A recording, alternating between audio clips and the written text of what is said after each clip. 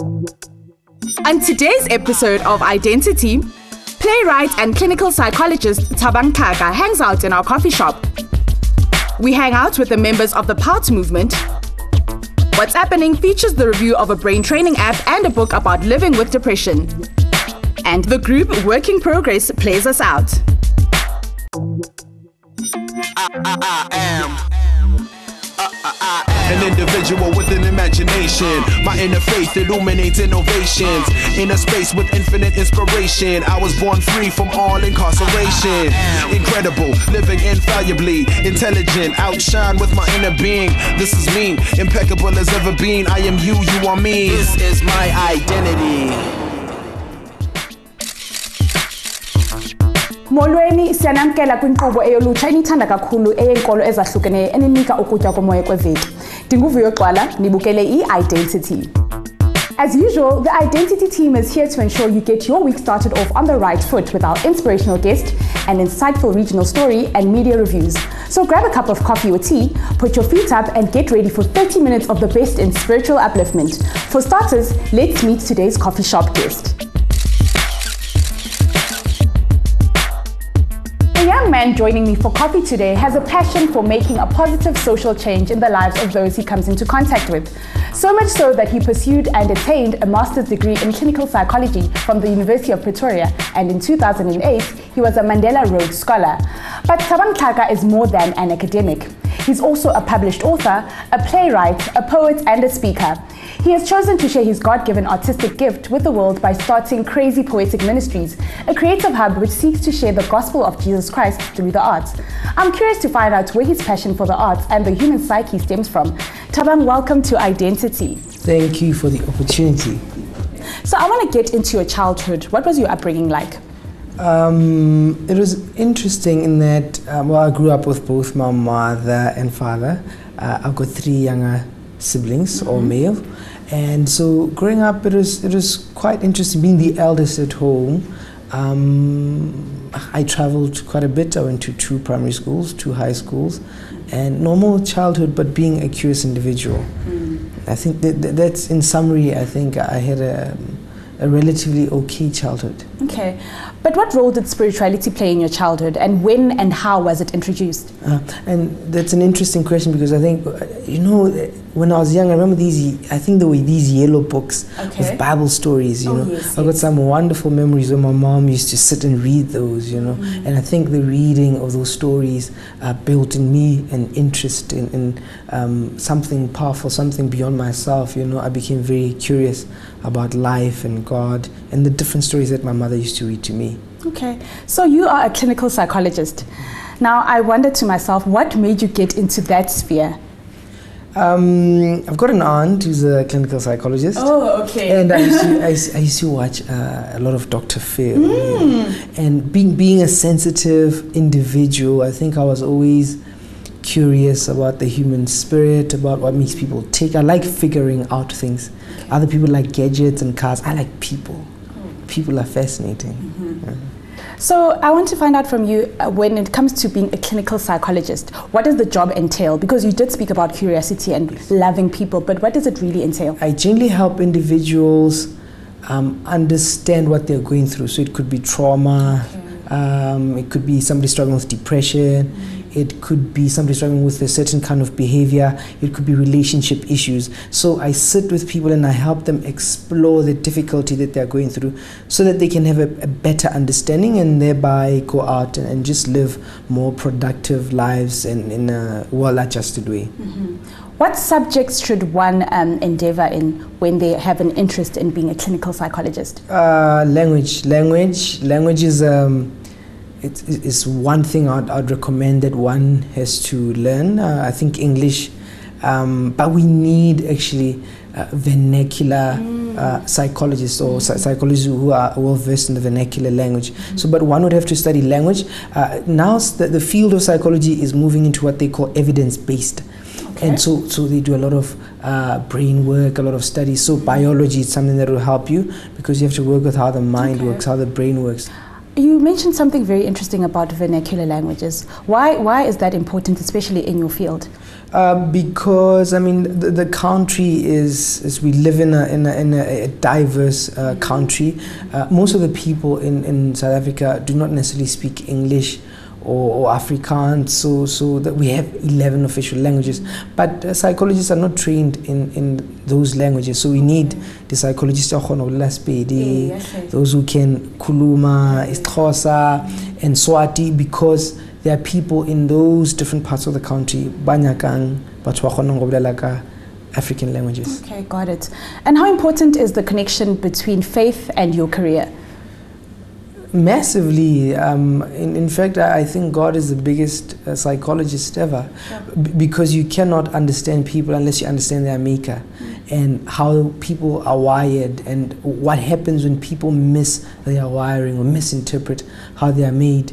So it's a very important thing. In fact, I find that most people who are able to cope with life are people who have a connection with God, people who understand them, so people who live for more than just the now. I find that people are very grounded. So now that we've got your academic side of your life out of the way, I want to find out about the artistic Thabang. You started Crazy Poetic Ministries. Tell me about it. What prompted you to start the organization? Actually, I founded it. It's an organization started by my wife and I. Okay. And we used to be in church, and we used to be like the youth leaders for the arts ministry in church.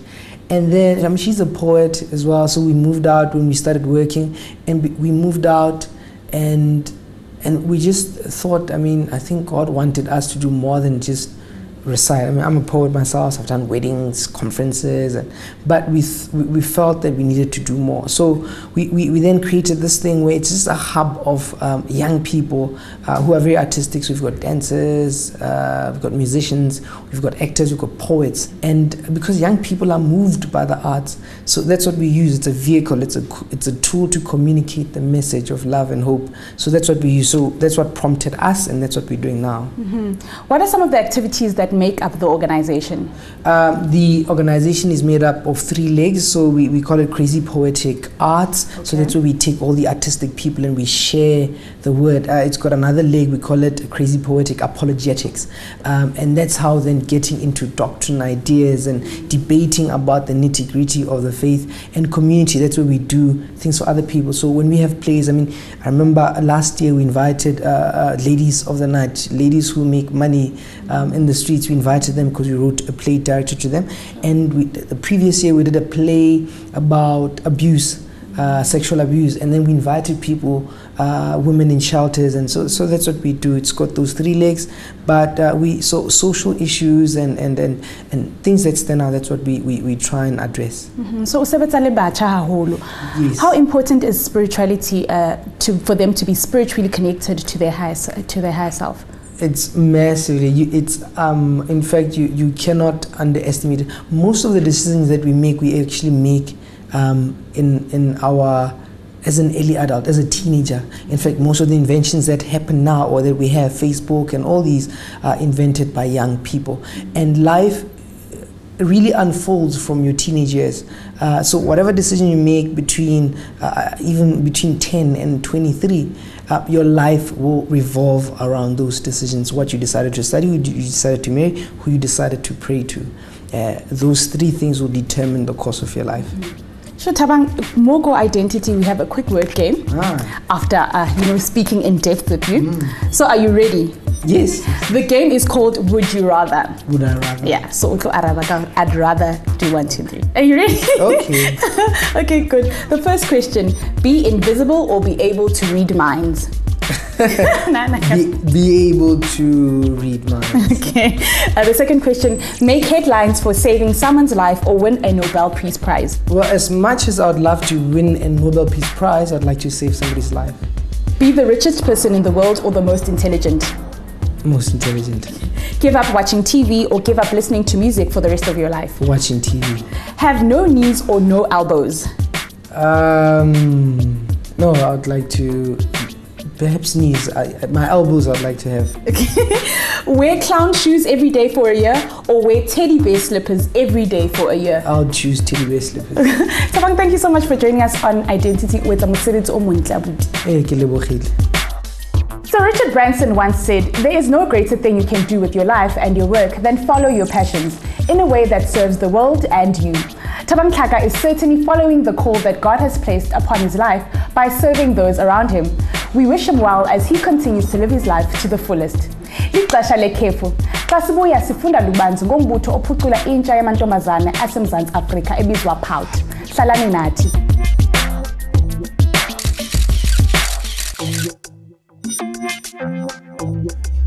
This is my identity.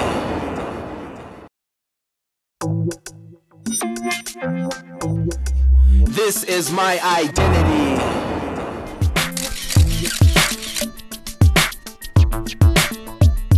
Siyanamkela, nisabukele inkqubo eyolutsha edumileyo eMzantsi i-Identity khonapha ku-SABC 1 Mzansi for sure. Ndinguviwe Gqwala. The Identity team has an extra special spot in our hearts for the girl child. So when Pout ambassador Hannelie Viviers invited us to spend the day with her and other members of a self-empowerment movement geared towards young South African women, we jumped at the chance. Here is their story. This is my identity. Hi Identity viewers, as you've heard, my name is Hannelie Viviers and today the Pout movement is out here in Soweto and we're going to have an exciting, fun-filled day. But before we get down to the business of the day, let's go find out exactly what a Pout is. So let's go and find the founder.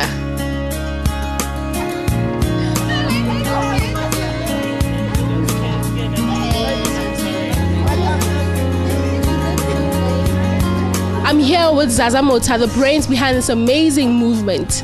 Sis Zaza, I'm sure the first thing the viewers want to know is what exactly is Pout? Pout is an inspirational and aspirational media platform for young women, and Pout stands for powerful, outstanding, unique and talented. Basically, the movement is to inspire young women to be the best that they can be through our programs, and we also do events just so that we can meet up with them and find out what their needs are, but also to impart important life-changing information. So when and why was this movement founded, and why the focus on young girls? Basically, it's been a lifelong process, but I officially launched it in 2012 because I was ready, I had the experience, I had some business acumen, so I decided that 2012 would have been the best time to start it. What can we expect from today's event, and also what are you hoping that the girls will take away from this event? Today's event has powerful speakers, young powerful speakers who really made it in life and who can impart information and tools on how other young women can also do the same. But the information that will be imparted is about what tools you can use to be successful and how you can go about it. Thank you so much, Sis Zaza. Identity viewers, let's get the show on the road. It's literally 4 years to get where I am, and it's hard work and patience. We just had a talk by journalist Amanda Ndlangisa, who spoke about rising when life knocks you down. Amanda, why this topic? You know this topic because I think a lot of people, it's bound to happen. Life will knock you down, and I just wanted people to know that whatever, you're not alone. It happens to the best of us, and what you just need to do is just dust yourself up, put your big pantyhose on, and just get up and continue with your life. God was teaching me how to take care of myself and be independent. And also, why did you get involved with the Pout movement, and what is its significance to you? For me, it's significant about the women empowerment. As one of the speakers, Zaza, was saying inside, that we women, we're seen as being judgmental to each other, and I also want to be part of those women who break that curse. Let's come together, let's be nice to each other, let's help each other, let's empower each other, and for me, that's the biggest thing. Thank you so much, Amanda, for that inspiring talk. There's so many females here today, but we are privileged to have a gentleman sharing some pearls of wisdom with us. While I go look for him, let's check out some highlights of today's event. And I look at you and I say, what is it that makes us coexist? With me now, I have Pout who spoke about a topic that many girls can relate to because it's something that we experience in our lives. Pout, why this topic of dating and relationships? Look, we young people tend to make the mistake of dating because we have to. One of the most important things that will make you advance in life is choosing a partner that is right for you. And you need to always make sure that you have the right ingredients in place to make sure that you choose that right partner. When you choose a partner that has got what I call the fundamental building blocks of a relationship, where they help you build for you to become something, then that is a success in itself. You become a success. Have somebody that always pushes you to the limits. How did you find out about the Pout movement? I found out about it on Facebook. One of my friends is a friend of Uzaza, so that's how I got to follow her and find out everything about Pout. Okay, so out of the event, which part impacted you the most? Mel. I think Mel was such an inspiration. I got so much from her when she said you need to look at yourself and love yourself and be proud of yourself. Even if you had nothing on, just look at yourself and just love yourself. When you look at yourself at the end of the day, you will still be happy with what you see in the mirror. Then you know that you have gained a personal success. When and why did you join Pout movement? Okay, we joined Pout movement early May, the 2nd of May. And the reason why we joined Pout is to become positive contributors in the society and to be efficient as a group and to become leaders of this country. What is a Pout leader and which branch do you belong to? A Pout leader is a program that was designed to motivate and inspire young women to become leaders and entrepreneurs. It teaches them to find their voice and implement their dreams. My dream is to one day soon finish my PhD. This year, I am starting my own company. I believe in people doing things together. Bring a smile to those who are privileged. I'm sure there's nothing more encouraging than seeing your dreams come alive as you pursue your passions. I'm joined by Zaza Mota again. Sis Zaza, what is your vision for the Pout movement?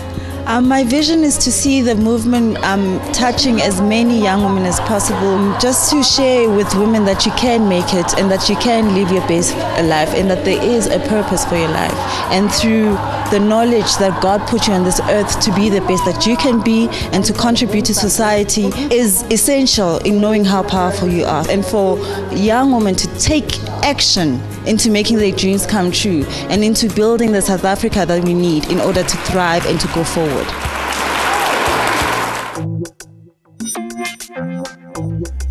This is my identity. Ulutsha lasemzansi ludinga ukuboniswa indlela eyiyo eqondileyo kwabo abakhe bahamba lo ndlela. Imibutho efana nePout liqinisekisa ukuba ikamva lolutsha luyagqama. After the break, we jump straight into our What's Appening segment. Today we're reviewing a brain training app and a book that sheds light on the challenges of living with depression. See you in a moment.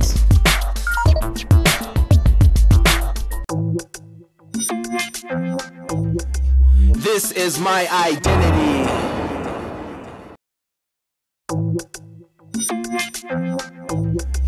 This is my identity. Welcome back to the Multi-Faith Youth Show that aims to put a spring in your spiritual step. This is Identity and I'm your host, Viwetwala. Siqale inkqubo yethu ngebiyoli noyena mntu owaqala i-Crazy Poetic Ministries uThabang Tlaka. Sandwendwela amalunga e-Pout movement apho khona basibonisa ukuthi benza njani ukuphucula ulutsha lamanenekazi abasemzantsi. Ngoku lixesha lokujonga i-media reviews zethu zanamhlanje, lixesha le What's Appening.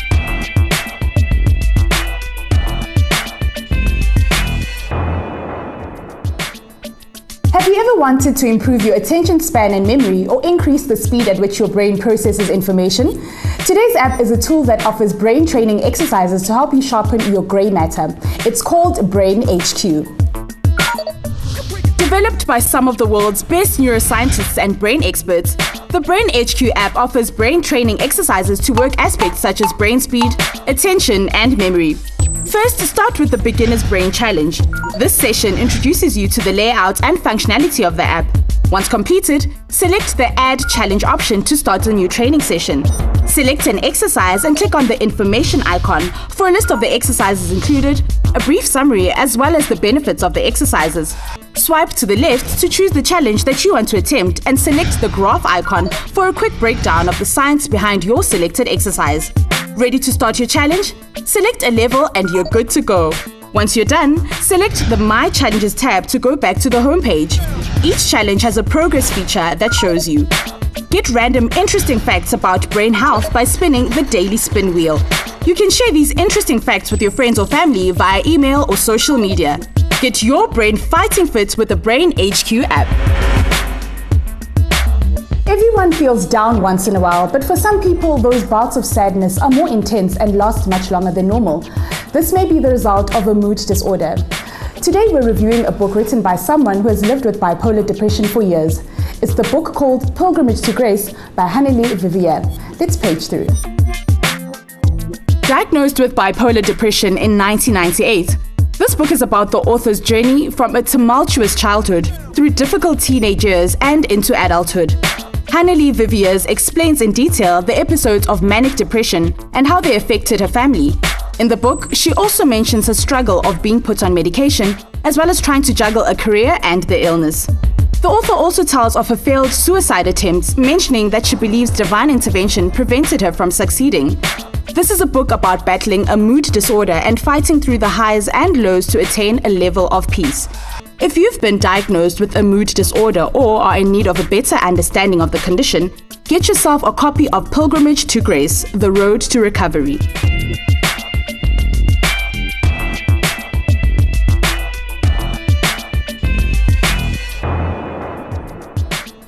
Tomorrow, the Rastafarian community observes the anniversary of the coronation of His Imperial Majesty Emperor Haile Selassie I. The original event took place on the 2nd of November 1930, and this day is one of the most important occasions on the Rastafarian calendar. The Identity team wishes you a blessed Coronation Day celebration. Tuesday marks the start of National Disability Rights Awareness Month. This month is dedicated to celebrating and showcasing the progress made in realizing the political and socio-economic rights of those living with disabilities. That brings us to the end of today's episode.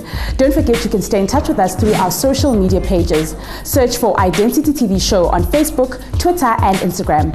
You can also send us an email to identitytvshow@gmail.com.